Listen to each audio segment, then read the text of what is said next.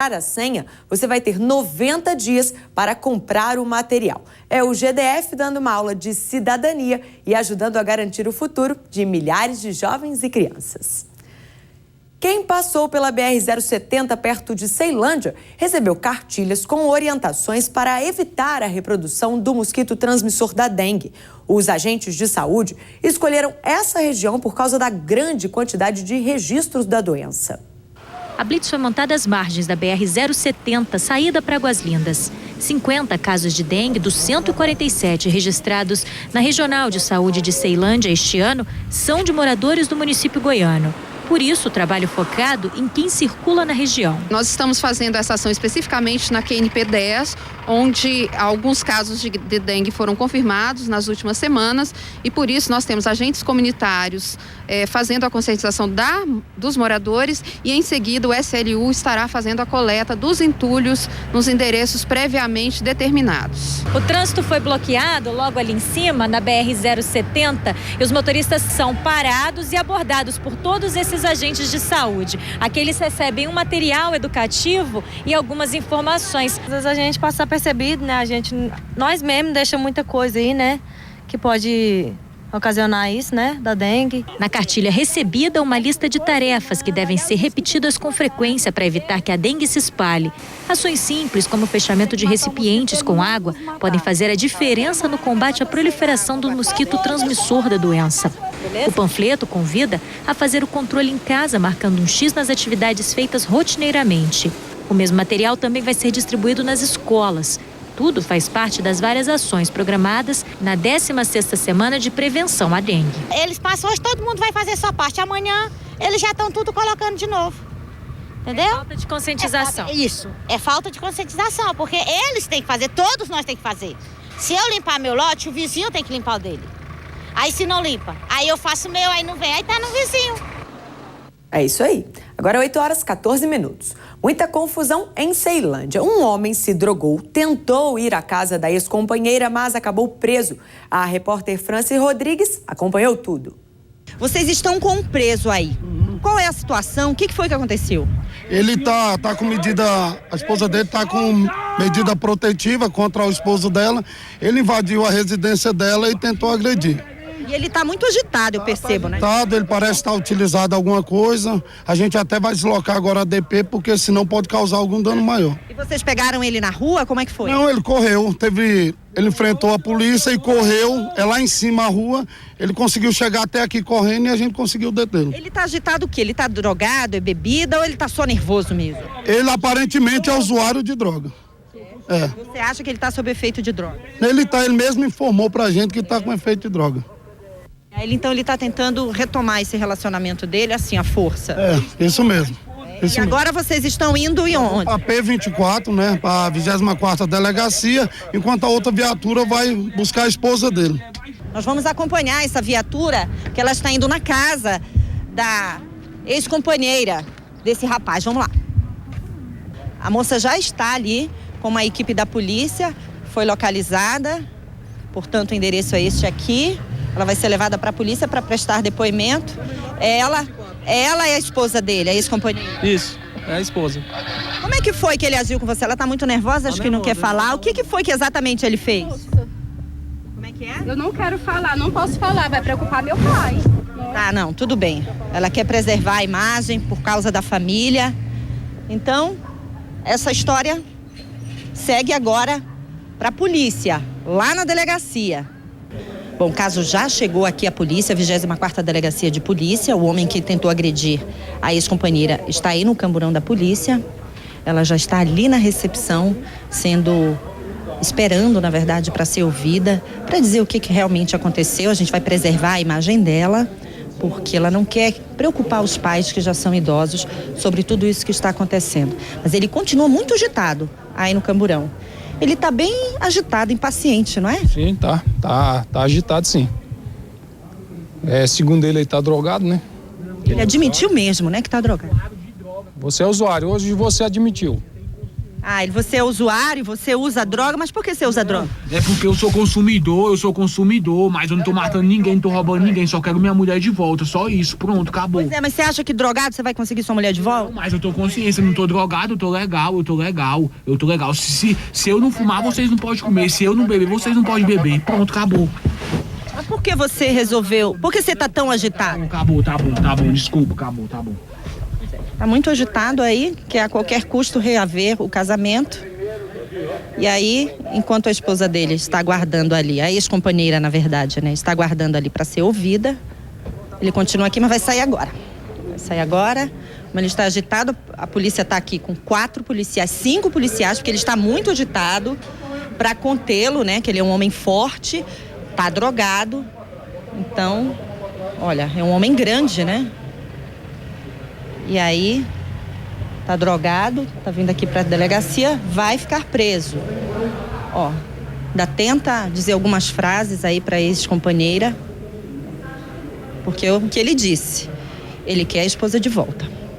Eu vou tentar conversar com a vítima deste homem. Ela disse que não quer falar porque tem medo de preocupar os pais. Eu não tô mostrando o seu rosto, mas eu queria saber como é que tem sido esse momento pra você. Não sei não. Há muito tempo ele já vem tentando reatar essa relação de vocês? Realmente ela não quer falar, então a gente vai respeitar esse momento. Bom, esse caso agora segue com a Polícia Civil, que vai investigar exatamente o que aconteceu com este casal. 8h18. Alunos do Centro de Ensino Fundamental 17 de Ceilândia estão sendo assaltados quase todos os dias. Desde que as aulas começaram, só em 3 dias não houve nenhuma ocorrência policial. Os alunos do Centro de Ensino Fundamental 17 em Ceilândia estão assustados. O medo é tão grande que a única estudante que aceitou falar com nossa equipe não quis mostrar o rosto. Fiquei com medo porque eles estão sempre ali naquela região perto da escola. E, segundo comentários, tem alunos também de dentro da escola que avisam eles. A adolescente conta que quase teve o celular roubado.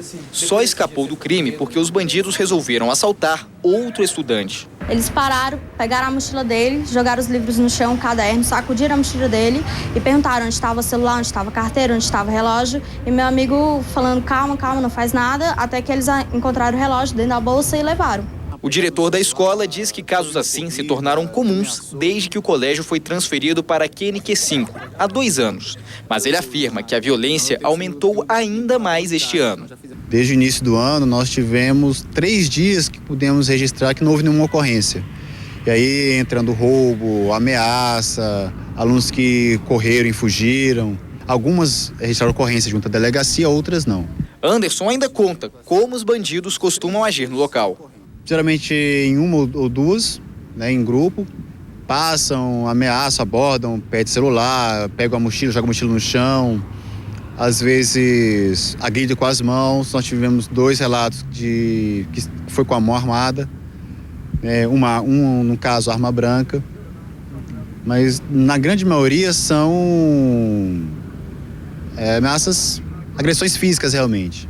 Apesar da reclamação dos alunos, o comandante do batalhão escolar garante que não falta segurança na região. O policiamento é satisfatório, ainda mais com a iniciativa do policiamento comunitário escolar, que nós aumentamos as rondas com motocicleta e a viatura. Estamos para receber mais 10 novas viaturas e estamos também no planejamento das escolas polo de policiamento escolar. O comandante também pede para que escola e alunos ajudem a polícia a prevenir a ação dos bandidos. Nós solicitamos da comunidade escolar, principalmente dos pais, orientem, cobrem dos filhos para que usem uniforme. Ajuda muito o policiamento. Apesar do que diz a polícia, diretor e alunos ainda sentem medo. Então tem a questão do susto, tem a questão da preocupação, questão de alunos que pedem para os pais virem para fazer transferência de escola, porque tem muito receio. Vai acontecer, eu fui ameaçado, não quero vir mais. Eu fico insegura. Meu caminho da escola não é o mesmo. Eu faço outro trajeto para me chegar até a escola, tento encontrar amigos, tento ligar para amigos passar aqui na minha casa, mas realmente eu fiquei com medo, dá um pouco de medo, sim. E a polícia prendeu em flagrante um casal fazendo um arrastão nos carros estacionados no aeroporto JK. Eles furtavam estepes e tudo que estava dentro dos veículos. A polícia prendeu em flagrante na tarde dessa terça-feira um casal que arrombava carros no aeroporto, inclusive no estacionamento pago. Já havia algum tempo que eles vinham praticando furtos no interior de veículos. Se aproximavam do veículo como casal. Às vezes é até difícil de se notar, passam despercebido. Arrombar os veículos normalmente levavam stepes. Hoje o serviço de inteligência da Polícia Militar, o Águia 25, notou a presença deles e pediu apoio para fazermos a abordagem. Dirigindo seu veículo, empreenderam fuga com manobras perigosas.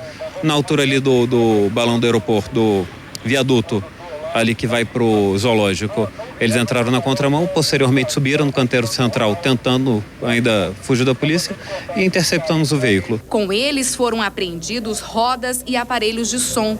Só nesta terça-feira foram furtados pelo menos 3 veículos. A gente comprovou que eles estavam promovendo um verdadeiro arrastão no estacionamento externo do aeroporto, onde eles arrombaram vários veículos e subtraíram step, CD, capacete, tênis. O que eles encontravam dentro desses carros estavam sendo subtraídos. A polícia acredita que eles viviam juntos. Vocês são casados ou são namorados? Vocês são um casal? Não, essa menina aqui, eu conheci ela um dia desse e ela não anda comigo não. Eu peguei ela ontem e dormiu lá em casa e pronto. E hoje nós estávamos ali, ela almoçou, dormiu dentro do carro. Quando ela acordou, a polícia já estava atrás de nós. O homem de 36 anos tem pelo menos 15 passagens pela polícia por vários crimes, como roubo, homicídio, furto e tráfico de drogas. A mulher de 19 tinha passagens quando menor.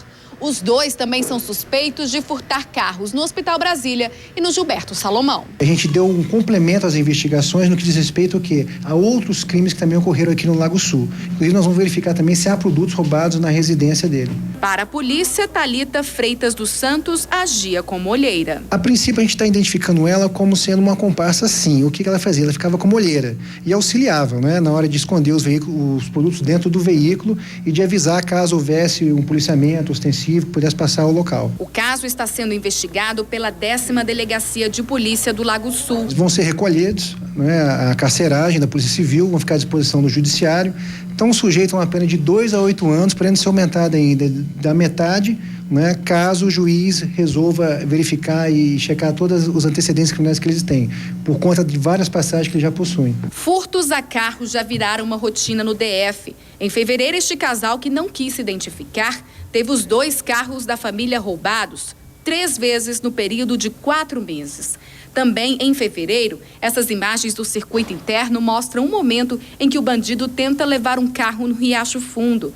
De pé, ele empurra o automóvel até retirá-lo da vaga. Na sequência, um comparsa entra pela porta do passageiro e os 2 fogem, sem serem percebidos. 8h24 e um policial militar foi baleado durante um assalto a um posto de gasolina em Samambaia. Ele estava de folga e acabou levando o tiro. Os 2 acusados do crime foram detidos.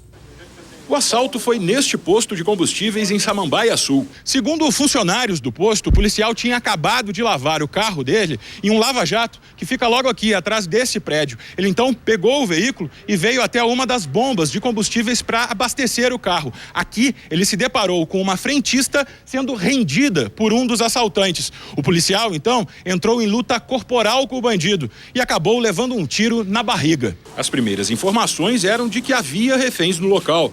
Pessoas que passavam aqui pela rua viram o assalto e correram até o fórum da cidade, que fica no outro lado da rua. Ali, eles avisaram os PMs de plantão, que vieram até o posto. Quando eles chegaram aqui, já encontraram os bandidos fugindo. A polícia, então, foi atrás dos 2 assaltantes e prendeu os 2 em flagrante.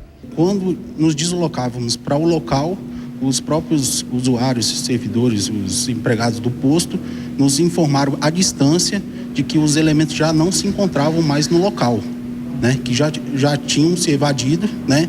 Já tinham empreendido fuga e nos informaram a direção. Após uns 5 minutos de busca, né, aos envolvidos, né, nós visualizamos em frente, na quadra 502 mesmo, 2 elementos, né?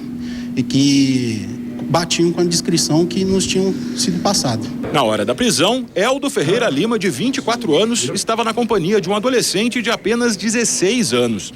Com eles, a polícia encontrou o revólver calibre 38 usado no assalto e a pistola .40 do policial levada pelos bandidos na fuga. Os frentistas que ficaram na mira dos bandidos estiveram na delegacia para registrar a ocorrência, mas não quiseram gravar a entrevista. O segundo sargento da Polícia Militar, Rodinei Ferreira Soares, de 43 anos, foi levado para o hospital de Ceilândia. Segundo colegas, ele trabalha no 8º Batalhão da cidade e estava de folga na hora do assalto. Esta foi a segunda ocorrência envolvendo o policial militar em menos de 4 dias. Na última sexta-feira, um PM foi assassinado em frente a uma distribuidora de bebidas na cidade ocidental. Ele tentou impedir um assalto e acabou baleado. O policial foi socorrido, mas morreu no hospital da cidade. Nós orientamos a população que não tem preparo técnico para reagir. A orientação é para não reagir, justamente para não evitar um mal maior, né? Agora, com o policial não é diferente, mas cada policial, até mesmo pela questão de possuir aquele instinto de policial de defender a sociedade, de defender a si mesmo também, né? Às vezes resulta numa reação. A Secretaria de Saúde não divulgou o estado do policial militar que foi baleado durante o assalto ao posto que foi mostrado na nossa reportagem. Um jovem pegou o carro do pai escondido e acabou perseguido pela polícia. Nossa equipe flagrou a abordagem. Viatura passou em alta velocidade, sirene ligada, aparentemente alguma ocorrência em andamento em que essa viatura vai dar apoio. E nossa equipe de reportagem aqui pelas ruas de Ceilândia acompanhando toda essa ação da Polícia Militar. Olha só, a viatura vai acessar agora a BR-070, os homens do 8º Batalhão da Polícia Militar, e a gente vai acompanhando. Viatura entra em alta velocidade aqui na rodovia. A gente vai acompanhando tudo atentamente, mas com muito cuidado, porque ainda não sabemos do que se trata a ocorrência. Cuidado aí, Francisco, cuidado aí. A gente já vê lá na frente outras viaturas, hein? Sirene ligada. Mais esse flagrante da nossa equipe. Movimentação intensa da polícia. Vamos ver o que aconteceu, hein?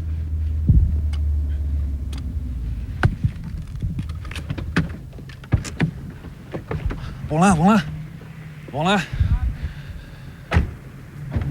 A gente já vê a movimentação, 1, 2, 3, 4, 5, 6, 7, pelo menos 7 viaturas da polícia aqui nessa ocorrência. A gente já vê ali ao fundo um carro, está aparentemente um carro batido. Vamos saber o que aconteceu por aqui. Olha só o carro totalmente destruído, aparentemente uma colisão durante uma perseguição.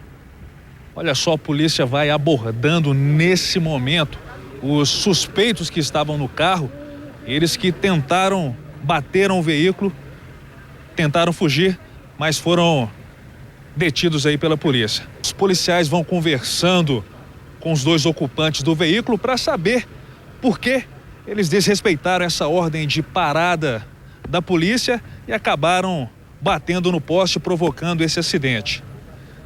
A única coisa que aconteceu foi que eu estava sem habilitação e vi eles iam me pegar e me dar a multa, eu saí, corri. Mas acabou que deu mais prejuízo do que a multa, né? Tá bom. Foram aproximadamente 5 quilômetros de perseguição aqui pelas ruas de Ceilândia, colocando em risco a vida de várias pessoas. Conversar com o capitão Soares. Capitão, por que o rapaz correu? Aparentemente a situação dele ter corrido é por não ter habilitação e por estar num local, né, que possível tráfico de drogas, né? Ou seja, ele não tinha habilitação, por isso ele disse que desrespeitou a ordem de parada da polícia. Isso, aí tentou se evadir, aí acompanhamos ele por uns 5 quilômetros, ele em alta velocidade, até que ele perdeu o controle do veículo e bateu. Ele tentou fugir, correu aí uns 200 metros aí, só que aí a gente obteve êxito e deteve ele. Estava trabalhando, cheguei em casa, ele tinha pegado o carro e tinha saído. Situação complicada, né? Situação complicada, que eu não esperaria uma coisa dessa, nunca esperei, sabe? O senhor não concorda também com a atitude do seu filho? Não concordo. A mãe dele aqui está de prova que eu pego no pé igualmente isso, entendeu? Não permite isso aí dele fazer o que ele fez, você entendeu? Tá errado. Tô muito doído demais. O rapaz de blusa branca, que também foi abordado pela PM, foi liberado. 8h31. Um sujeito tocava o terror com uma faca em Ceilândia. Ele roubava as vítimas para sustentar o vício. Acabou preso e começou a chorar na delegacia. Uma faca e uma ponta de lança. Essas eram as armas usadas por Rogério de Campos Braga, de 42 anos, para roubar celulares de pedestres em Ceilândia. O suspeito atacava as vítimas usando essa bicicleta. Uma bicicleta toda preta, relativamente velha, tem um adesivo aqui e o pedal está quebrado. De acordo com a Polícia Militar, ele já vinha agindo há pelo menos 20 dias aqui em Ceilândia, em endereços específicos. E são esses endereços que a gente vai mostrar agora para vocês. O homem costumava agir nas QNO 11/13, 5/7. Esse endereço que nós estamos passando agora fica a poucos metros da delegacia. Isso não o impedia de agir. Ele costumava atacar as vítimas, de acordo com a polícia, no início da manhã. Principalmente mulheres que andavam aqui acompanhadas dos seus filhos. Ele vinha de bicicleta, mostrava a arma, dizia que era um assalto e pedia o celular. Na hora de ir embora, ele ainda ameaçava as vítimas, pedindo que elas não olhassem para trás. As abordagens eram feitas, geralmente, próximas aos conjuntos das quadras. Como é que ele abordou a senhora? Não, eu estava indo com a minha filha e ele chegou, ficou emparado com a gente na calçada, né, no meu filho, e falou: passa o celular porque eu estou armado. Aí, em seguida, eu olhei para a mão dele e vi que ele estava com um objeto, né, debaixo da manga da blusa. E eu peguei e só entreguei. E ele virou e foi embora. E eu segui, né, ele falou que não era para me olhar para trás e nem correr e de boa. Eu falei, e fui, né? Somente na manhã desta terça-feira, quando o homem foi preso, ele atacou pelo menos 2 mulheres. Esta ficou tão assustada na hora da abordagem que Rogério se desesperou e foi embora sem levar nada. Estava saindo para trabalhar e aí estava levando meu filho na casa da minha mãe. No meio do caminho eu percebi que ele estava rondando e quando ele chegou para me assaltar eu fiquei nervosa, comecei a chorar e ele desistiu e acabou indo embora. A Polícia Militar encontrou o suspeito logo depois dessa tentativa de assalto. Sargento, como é que vocês conseguiram chegar até ele hoje? Através de populares, informação que há algum tempo atrás, 15, 20 dias, um rapaz de bicicleta, estatura magra, e magro, mediano, 1,65 m por aí, fazendo assalto, utilizando facas. Hoje nós conseguimos, através de informações, que um elemento estava praticando o mesmo tipo de assalto. Conseguimos encontrar a vítima e ela indicou quem era o rapaz. Abordamos e achamos com ele faca, alicates e o celular da vítima. Na delegacia, Rogério chorou e disse que cometia os roubos para sustentar o vício do crack. Desespero, né? Sei lá. Você passou a noite fumando? Aí chegou de manhã e queria mais, né? Sim, senhor. A tal da pedra maldita, né? Você tá chorando por quê agora, Rogério? Bem de dentro, né? Tá arrependido? Tem família, tem filho? Tem 4 filhas. O homem já tinha 2 passagens por furto e uma por lesão corporal. Ele estava em liberdade provisória. Agora vai responder por roubo qualificado e pode ficar até 15 anos preso. O delegado acredita que outras pessoas possam ter sido vítimas do homem nos últimos dias. É possível que ele tenha feito outras vítimas que não tenham vindo à delegacia, mas é possível também que algumas que tenham efetivamente feito o registro venham, porventura, reconhecê-lo. E a gente pede a essas pessoas que consigam reconhecê-lo, que compareçam à delegacia para que a gente possa tomar todas as providências e deixar ele bastante tempo longe do convívio social. Eu nunca tinha sido assaltada na minha vida, mas a sensação é horrível. Meu Deus. Ainda mais a gente estando com o filho da gente do lado, e eu acho que deve sim. tem que denunciar mesmo, porque não pode não, porque a gente está vivendo num mundo que a gente não sabe mais nem o que faz da vida. A gente tem medo de sair dentro de casa, a gente tem medo de sair para deixar a filha da gente na escola, a gente tem medo de tudo, né? Então, tem que denunciar. O governo anunciou melhorias para os catadores de lixo. O programa cumpre exigências do governo federal, que quer mudanças na vida desses profissionais até o ano que vem.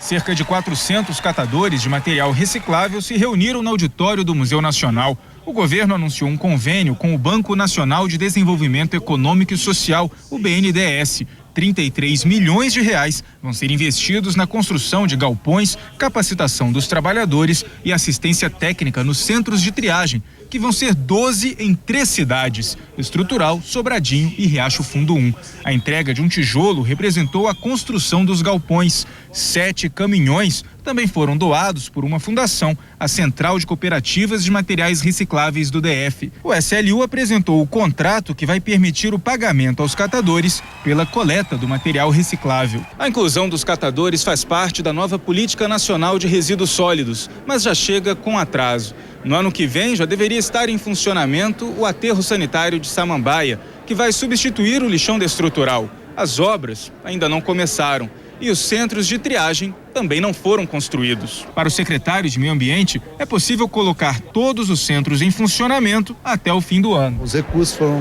já estão alocados, né?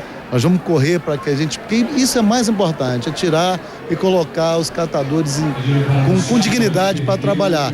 E aí, por exemplo, você montou todas as estruturas para as cooperativas, obrigatoriamente nós temos que estar com uma coleta seletiva direcionada para eles. Mas o presidente da Central das Cooperativas acredita que ainda é cedo para comemorar. O catador de material reciclável, ele vai comemorar quando ele tiver um teto e o governo estiver pagando pelos serviços prestados. Aí sim vai mudar a realidade de todos os catadores de Brasília. Dona Francisca é uma pioneira do ramo. Trabalha como catadora de recicláveis há 30 anos. Criou os 3 filhos e já é avó. Ela mostra com orgulho o certificado que recebeu depois de 1 ano fazendo um curso de capacitação. Muitas coisas boas, a gente vai ganhar mais dinheiro, vai trabalhar mais tranquilo. O que a gente espera é isso, né? Porque há muitos anos de sofrimento, né? Trabalhando no sol, na chuva, né? Eu acho que é melhorar, né? Agora uma última notícia: a chuva da madrugada de hoje deixou pelo menos 15 famílias desabrigadas no sol nascente em Ceilândia. Segundo a Defesa Civil, 16 casas em uma área de risco já tinham sido notificadas e uma delas interditada. Foram entregues cestas básicas, colchões e cobertores às famílias atingidas pela chuva. Neste momento, equipes da Defesa Civil estão no local para fazer um levantamento dos estragos. Bom, o DF no Ar fica por aqui. A gente volta a se encontrar amanhã a partir das 7h15. Você tem mais notícias locais a partir do 12h25 com o Juliano Cartacho no Balanço Geral. Um bom dia, até amanhã.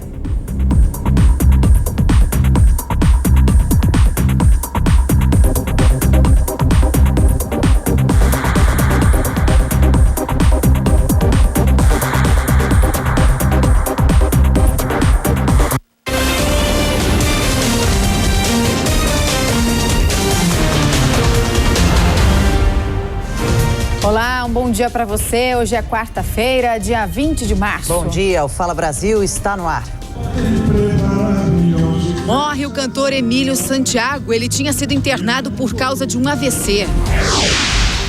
Sobe o número de mortos por causa da chuva no Rio de Janeiro e moradores voluntários ajudam nas buscas por desaparecidos. O drama do homem que perdeu toda a família em 3 dias de temporal. E o desespero de quem precisou deixar tudo para trás. Meu Deus, eu não tenho pra onde ir não, meu Deus do céu. No Nordeste, a seca já é considerada a pior dos últimos 50 anos. Em Pernambuco, a falta d'água já chegou à região metropolitana do Recife. São Paulo. Vizinhos depõem sobre o caso da jovem morta na casa da melhor amiga. Investigadores querem saber o porquê da demora de quase 2 horas entre o disparo e o socorro da vítima. No interior, cantor Hudson, da dupla sertaneja Edson e Hudson, é detido na madrugada com revólver e pistola. Ele não tinha porte de armas. Pará.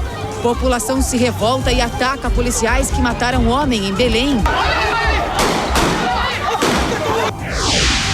Hackers atacam e tiram do ar TVs e bancos na Coreia do Sul. Governo culpa a vizinha do norte. E você vai saber quem é o herói anônimo que salvou a vida de uma criança dentro de um supermercado na Austrália. Começamos com um flagrante de tiroteio e muita confusão entre moradores e policiais num bairro da periferia de Belém. Bom, a população se revoltou contra a morte de um homem que, segundo a polícia, era um assassino perigoso e a nossa equipe acompanhou tudo de perto.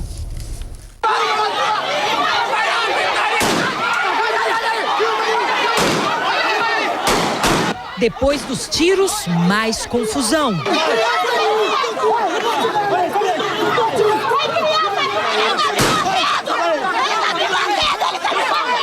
Mulheres avançam contra a polícia e a situação se agrava.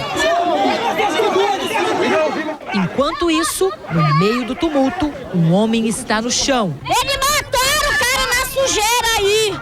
Eles chegaram, deram bala no cara, mataram o cara. Os moradores estão furiosos. Tentam impedir a saída do carro da polícia, descaracterizado, usado na investigação. Um policial aponta a arma para um casal na tentativa de proteger a saída do carro.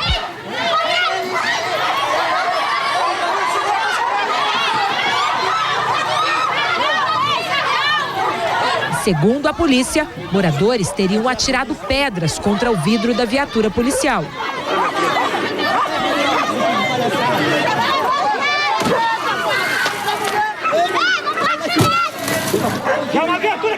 O tumulto começou depois que o homem foi morto na comunidade. Segundo a polícia, resultado de uma investigação sigilosa em que o acusado de ser um bandido perigoso reagiu. Ele era conhecido como Thundercat, homicida, assaltante, e que, segundo informações de populares que não quiseram se identificar, o mesmo estaria nas imediações procurando desafetos para ceifar-lhes a vida.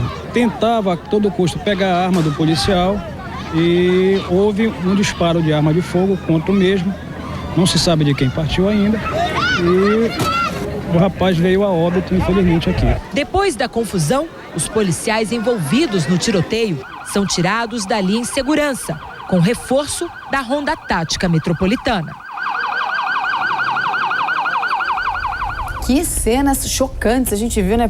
Moradores enfrentando a polícia, policiais também muitas vezes empurrando mulheres. A Polícia Militar do Pará, viu, Adriana, disse que o caso, claro, está sendo apurado, tem que ser, né, pela Corregedoria, mas os policiais, né, que participaram aí dessa ação, também as testemunhas vão ser ouvidos para que a Corregedoria possa, claro, concluir aí toda essa investigação, identificar principalmente de quem partiu o tiro que matou o homem.